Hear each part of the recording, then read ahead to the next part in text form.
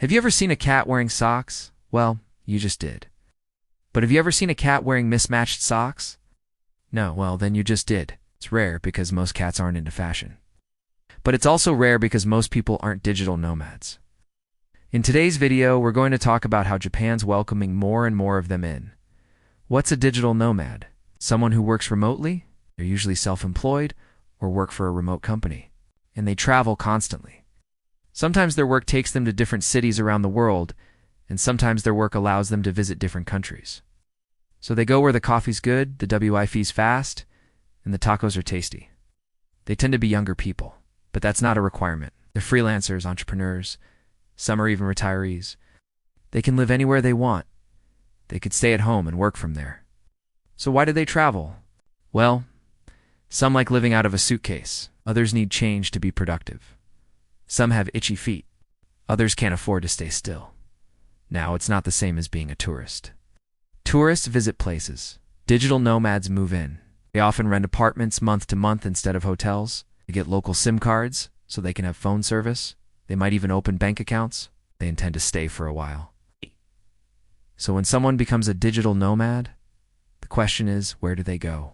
For years, Thailand was a popular destination because they had a visa for it, and so did Colombia, Estonia, Germany, Iceland, Mexico, Norway, and many others. Now, Japan has joined that list. Before the pandemic, the Japanese government announced a 5-year pilot program for a new type of visa for digital nomads. It went through April 2024, but due to the coronavirus, they postponed its start date several times and finally launched the program last April. The idea is to attract remote workers from abroad to come to Japan and help the economy recover from the pandemic. According to Japan's Health Minister Minoru Kyuchi, foreign teleworking residents are expected to spend an average of $48,900 during their stay in Japan. It's a lot of ramen. The government predicts around 10,000 digital nomads will come to Japan each year under this visa.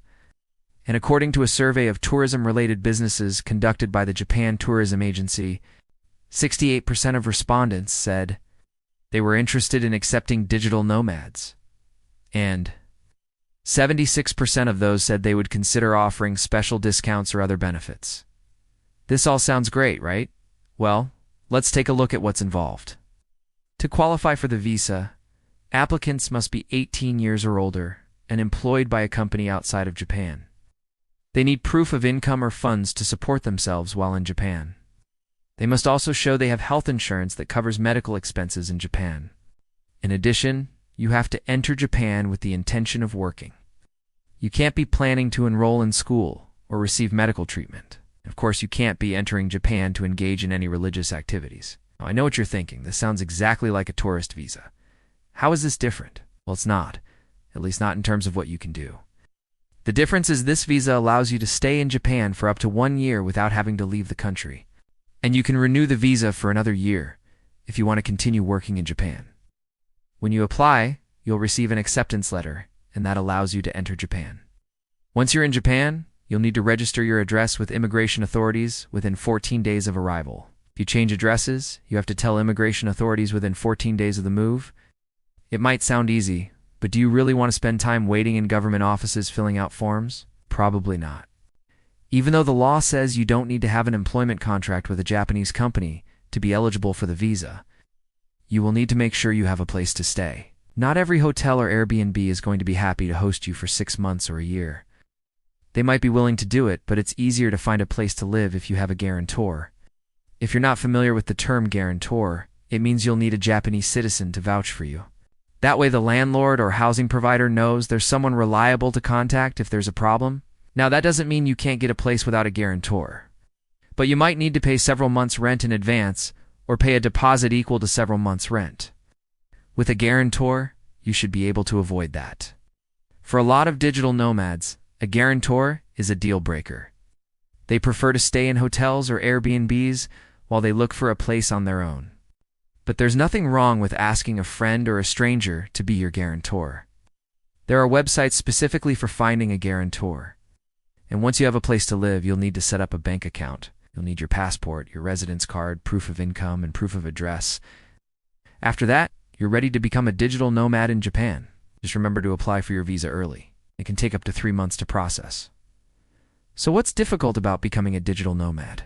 Well, for one thing, your home country may not recognize the Japanese visa. If it doesn't, you'll need to check with your country's embassy in Japan. Also, your visa is non-renewable, meaning you must leave Japan and be outside the country for at least 6 months before you can apply again. But you don't need to worry too much. When you apply, you'll receive a certificate that shows the duration of your stay and that you're allowed to work in Japan. According to the Japan Times, the government plans to relax the requirements in the future. So you may not need a job offer or proof of income, but they haven't said when. If they do relax those rules, it will probably be easier to get the visa. But it will probably be harder to find a place to live since landlords won't have anything to go on. They're going to be taking a chance on you. You'll be a complete unknown, so it might be better to have a guarantor anyway. Where do digital nomads tend to live? Well, according to a survey by the Japan Times, about half of the respondents said they wanted to live in Tokyo. 22% said they'd prefer Osaka, Kyoto, or Okinawa, and 17% said they'd rather live in the countryside. As for myself, I love Tokyo, but I'm also a fan of the countryside. If I were going to be a digital nomad, I'd probably spend part of my time in Tokyo and part of my time in the countryside. That way, I could enjoy both places. Digital nomads are supposed to help the Japanese economy, but are Japanese people excited about them coming to Japan? Well, about half of the people surveyed by the Japan Times were neutral, and the other half were either against it or not sure. The main concern was they were worried digital nomads wouldn't follow Japanese customs and manners. I think that's something we need to talk about. When you travel, you represent your country. So if you're in Japan, you represent your home country. That goes double if you're going to be here for a year or longer. You're not just a tourist. You're a representative of your country. So please try to be polite. Don't litter. Keep noise to a minimum. Follow the customs. Be mindful of others. As for the digital nomads who come to Japan, well, it seems to be going okay so far. Last year, a digital nomad named Maxfield Bacchus moved to Japan from Canada. He runs a channel called Nomad in Japan, and he talks about his experience living in Japan. Here's what he had to say about moving to Japan.